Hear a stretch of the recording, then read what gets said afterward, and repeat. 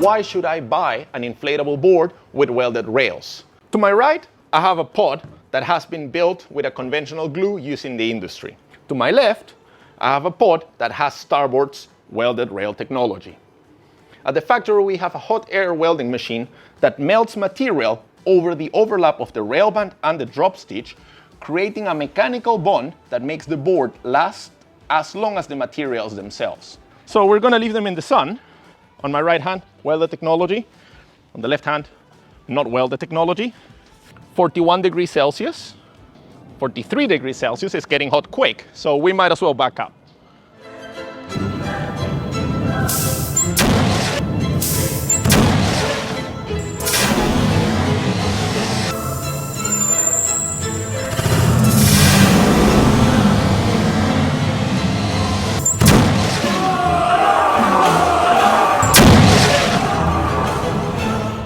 Wow, that was a big explosion.